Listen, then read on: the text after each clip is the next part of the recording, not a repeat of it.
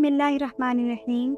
دوستو، آج ہم ایران اور اسرائیل کی ہسٹری کی بات کرتے ہیں تو ہمیں صرف دو ماڈرن نیشن نہیں بلکہ ہزاروں سال پرانی ایک ایسی کہانی دیکھنے کو ملتی ہے جو ڈیوائن ریولیشنز، امپائرز اور نبیوں سے جڑی ہوئی ہے۔ اس سفر کی شروعات ہوتی ہے حضرت ابراہیم علیہ السلام سے، جن کے دو بیٹے حضرت اسحاق علیہ السلام اور حضرت اسماعیل علیہ السلام آج کے دو بڑے ریجنز کے اسپریچول اور جینیٹک اینسسٹرز مانے جاتے ہیں۔ حضرت اسحاق علیہ السلام سے بنی اسرائیل کی نسل، جس میں آگے حضرت یعقوب علیہ السلام اور ان کے بیٹے حضرت یوسف علیہ السلام آئے۔ یہی وہ سلسلہ ہے جس میں سے حضرت موسیٰ علیہ السلام، حضرت داؤد علیہ السلام، حضرت سلیمان علیہ السلام اور آخر میں حضرت عیسیٰ علیہ السلام تک کے انبیاء آئے۔ یہی سلسلہ آگے چل کر اسرائیل کے علاقے کو پروفیٹک اور ڈیوائن پریزنس کا مرکز بناتا ہے۔ دوسری طرف حضرت اسماعیل علیہ السلام کی نسل سے عرب قبیلے نکلے، جس میں آخر میں حضرت محمد صلی اللہ علیہ وسلم پیدا ہوئے۔ ایران یعنی پرانے زمانے کا پرشیا اس سلسلے میں ایک یونیک مقام رکھتا ہے۔ قرآن میں بھی مجوسی لوگوں کا ذکر ہے جو ایشین ایران کا آفیشیل ریلیجن تھا۔ حضرت ابراہیم علیہ السلام کے زمانے میں ایران ایک ایمرجنگ ریجن تھا جہاں آب حیات، ذوالقرنین علیہ السلام اور کئی اور اسلامک فیگرز کے لنکس بھی ملتے ہیں۔ اگر ہم ڈیپر تفسیر اور کلاسک اسلامک ٹیکسٹ کو دیکھیں، جب بنی اسرائیل کا عروج چالو ہوا تب ایران یعنی پرشیا ایک امپیریل سپر پاور بن چکا تھا۔ ایکیمیڈیڈ امپائرز کے سائرس دی گریٹ نے جب بیبیلون کو فتح کیا تو وہی سائرس تھا جسے اولڈ ٹیسٹامنٹ میں ایک ڈیوائن کنگ کہا گیا۔ اس نے بنی اسرائیل کو آزادی دی اور انہیں اپنے ٹیمپل یعنی بیت المقدس واپس بنانے کی اجازت دی۔ یہ پرشین امپائر اور اسرائیل کے درمیان ایک پہلا ڈپلومیٹک اور ریلیجیس الائنس تھا جو عجیب طور پر اسلامک اور جیوش سورسز دونوں میں ایکنالج ہے، لیکن وقت کے ساتھ یہ دوستی دشمنی میں بدل گئی۔ جب رومن امپائر کا عروج ہوا اور بعد میں اسلام کا ظہور ہوا تو ایران اب ساسانیڈ امپائر اور عرب مسلمز کے بیچ بڑی جنگوں کا سلسلہ چالو ہوا۔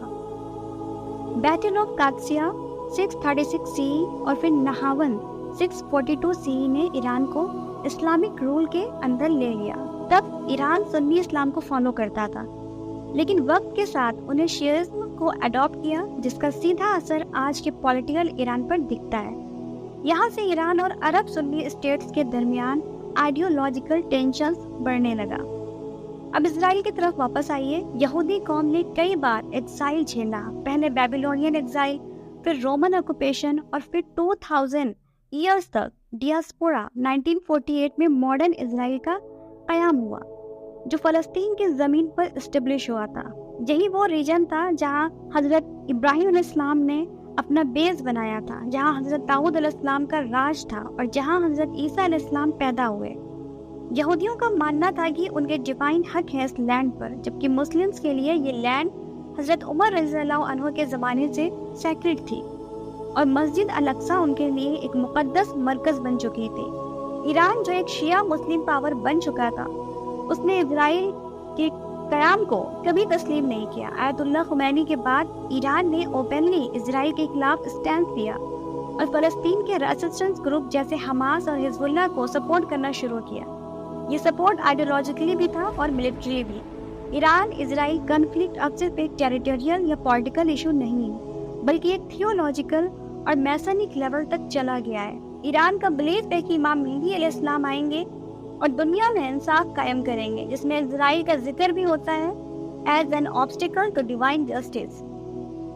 آج کے زمانے میں ایران اور اسرائیل کی ہاسٹیلٹی صرف اسٹیٹمنٹ یا سینکشن تک سیمت نہیں ہے، یہ ایک شیڈو وار ہے جس میں cyber attack, proxy military, intelligence warfare اور نیوکلیئر تھریٹس کا استعمال ہو رہا ہے۔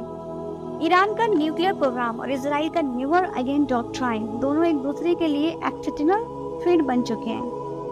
اس کے پیچھے کی ہسٹری اگر سمجھی جائے تو یہ صرف جیو پولیٹیکلس نہیں بلکہ حضرت ابراہیم علیہ السلام سے شروع ہوا ایک اسپریچول، ہسٹوریکل اور پروفیٹک کنفلکٹ ہے جو آج بھی دنیا کے موسٹ سینسٹیو فلیش پوائنٹ میں سے ایک ہے۔ لیکن سب سے اہم سوال یہ ہے، کیا یہ کنفلکٹ کبھی ختم ہوگا؟ کیا حضرت ابراہیم علیہ السلام کی دونوں نسل بنی اسرائیل اور بنی اسماعیل ایک دن امن کے ساتھ رہ سکتی ہے، یا پھر یہ وہی پروفیٹک تکرار ہے جس کا ذکر ہم تفسیر، حدیث اور کلاسیکل ٹیکسٹ میں